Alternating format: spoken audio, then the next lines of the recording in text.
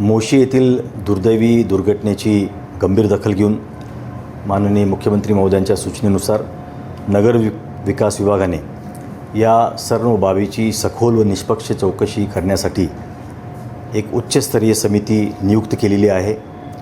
श्रीमती शीतल तेली उगले, विभागीय आयुक्त पुणे, हे या समितीच्या अध्यक्षा असतील। MPCBचे पुणे विभागाचे प्रादेशिक अधिकारी हे सदस्य असतील। प्राध्यापक DN सिंग हे IIT मुंबईचे अभियांत्रिकी विभागाचे प्रमुख आहेत, तज्ज्ञ आहेत, ते सदस्य असतील। प्राध्यापक अनिल कुमार दीक्षित हे पर्यावरण आणि घनकचरा व्यवस्थापन तज्ज्ञ आहेत, हे याचे सदस्य असतील। यांना समितीला सहाय्य करण्यासाठी सहाय्यक आयुक्त आपत्ती व्यवस्थापन विभाग हे सदस्य सचिव असणार आहेत। त्याचप्रमाणे या सर्व बाबीची जबाबदारी निश्चित करण्यासाठी कंपनीच्या विरुद्ध, अँटनी लारा कंपनीच्या विरुद्ध महापालिका आता FIR दाखल करण्याची प्रक्रिया महापालिकेने सुरू केलेली आहे। आज उशिरापर्यंत हा FIR देखील दाखल होईल आणि यामध्ये या सर्व सुरक्षिततेचा जबाबदारी तिथल्या ऑपरेशन मेंटेनन्समध्ये त्यांनी जी काय जबाबदारी घ्यायला पाहिजे होती, अतिवृष्टीमुळे तिथे असलेल्या कचराचा ढीग याच्या बाबतीत सुरक्षितता त्यांनी बाळगणे आवश्यक होते। या सर्व बाबींची सखोल चौकशी होण्यासाठी हा FIR दाखल करून त्यांच्याविरुद्ध मनुष्यवधाचा गुन्हा दाखल करण्याच्या संबंधात विनंती महापालिका आता करणार आहे। या पर्यावरण विभागाचे जे मुख्य अभियंता श्री संजय कुलकर्णी आणि कार्यकारी अभियंता श्रीयुत आल्हाट, ज्यांची या सर्व प्लॅन्टवरती निगराणी किंवा सुपरविजन कंट्रोल ठेवण्याची जबाबदारी होती, या दोघांकडचे सर्व पदभार आता काढून घेण्याचे आदेश मी दिलेले आहेत आणि हे सर्व पदभार आता मुख्य अभियंता यांचे पदभार श्रीयुत ओंबासे यांच्याकडे देण्यात येणार आहेत आणि कार्यकारी अभियंता आल्हाट यांचा पदभार हा श्रीयुत निकम यांच्याकडे देण्यात येणार आहे। या कंपनीला देखील या सर्व बाबींच्या बाबतीत त्यांना कारणे दाखवा नोटीस महापालिकेने आज बजावलेली आहे।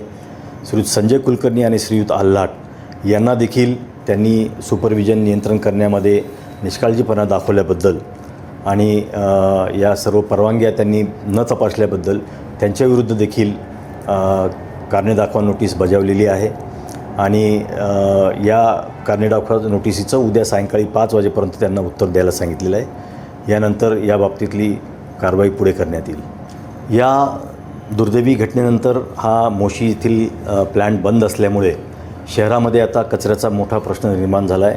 कचरा संकलन करून तो कुठे टाकायचा याच्यासाठी महापालिकेला अडचण निर्माण होते आहे। आता तात्पुरतं म्हणून आम्ही देहू आणि खडकी कॅन्टोन्मेंट यांना विनंती करून तिथे कचरा टाकण्याचा आम्ही पर्याय शोधलेला आहे। परंतु या निमित्ताने आता एक बाब प्रकर्षाने समोर येते आहे, ती म्हणजे एवढ्या मोठ्या शहरासाठी, जे शहर अत्यंत झपाट्याने वाढतं आहे आणि जसं शहर झपाट्याने वाढेल तसं कचरा देखील या शहरामध्ये वाढणार आहे। याच्यासाठी फक्त एकाच ठिकाणी कचरा प्रक्रिया केंद्र आहे। आता आपल्याला भविष्यामध्ये शहरामध्ये किमान 5 ते 6 ठिकाणी कचरा प्रक्रिया केंद्रासाठी जागा निश्चित करावं लागतील। अत्याधुनिक प्रक्रिया केंद्र आपण तिथे करू, ज्याच्याने कुठेही दुर्गंधी येणार नाही, अशा प्रकारचे कचरा प्रक्रिया आपण करू।